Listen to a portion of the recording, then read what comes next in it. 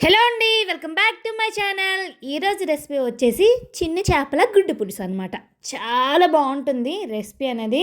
ఈ పులుసుని అమ్మమ్మ నానమ్మ వండితేనే అప్పుడు తినేవాళ్ళం, కానీ ఇప్పుడు ఎక్కడ దొరుకుతుందండి. అందుకోసమే మీకోసం ఈ చేపల పులుసుని ఈ వీడియో ద్వారా షేర్ చేసుకుంటున్నాను. ఈ చేపల పులుసుకి మీకు ఎక్కడ దొరికితే అక్కడ చిన్న చేపల్ని చక్కగా తెచ్చి శుభ్రం చేసి రెడీ చేసుకోండి. స్టవ్ పైన కడాయిని పెట్టి ఆయిల్ వేసి ముందుగా ఉడకబెట్టుకున్న కోడిగుడ్లు వేసుకొని మంచి రంగు వచ్చేంత వరకు దోరగా వేయించేసుకోండి.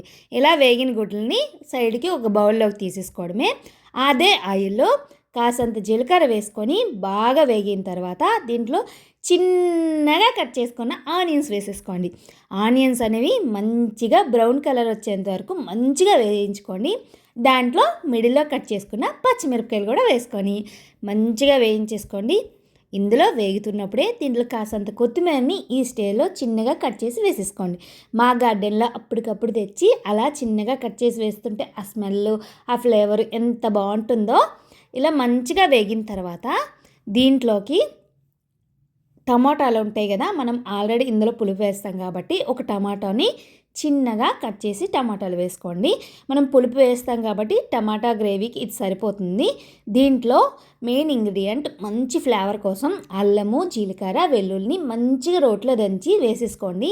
ఇవి వేసిన తర్వాత పచ్చివాసన పోయిన తర్వాత ఒక 1 టీ స్పూన్ వరకు కారాన్ని వేసుకుంటున్నాను. దీంట్లో 1 టీ స్పూన్ వరకు సాల్ట్ కూడా వేసుకున్నాను. పులుపు చూసుకున్న తర్వాత సాల్ట్ని అడ్జస్ట్ చేసుకోవచ్చు. ఒక 1/2 టీ స్పూన్ లేదా 1 టీ స్పూన్ వరకు పసుపుని, ఒక 1 టీ స్పూన్ వరకు ధనియాల పౌడర్ని, ఒక 1/2 టీ స్పూన్ వరకు నచ్చితే ఫ్లేవర్ కోసం ఫిష్ మసాలా అయినా గరం మసాలా అయినా వేసుకొని ఈ మసాలా నుండి ఆయిల్ సపరేట్ అయ్యేంత వరకు బాగా వేగిన తర్వాత ఒక గుప్పిడంతా లేదండో గుప్పిడంత కాదు, ఒక నిమ్మకాయ సైజ్ అంత చింతపండుని ముందుగా నానబెట్టి ఆ రసాన్ని పిండి చక్కగా అందులో వేసుకొని బాగా బరిగిన తర్వాత దీంట్లోకి మీకు ఎంత పులుసు కావాలంటే అంత పులుసుకి పలచని తగ్గట్టుగా వాటర్ని యాడ్ చేసి బాగా మరుగుతున్నప్పుడే కాసంత బెల్లాన్ని వేసుకోండి.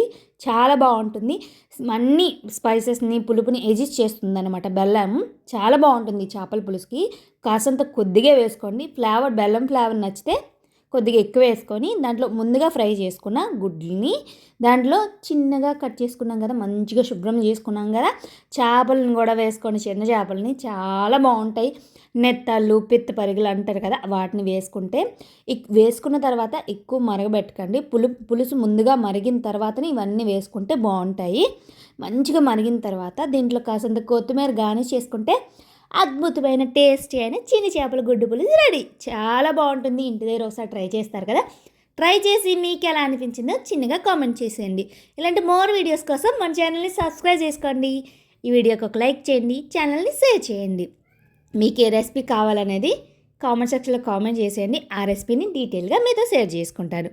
నెక్స్ట్ వీడియోలో కలుద్దాం. అంతవరకు బాయ్.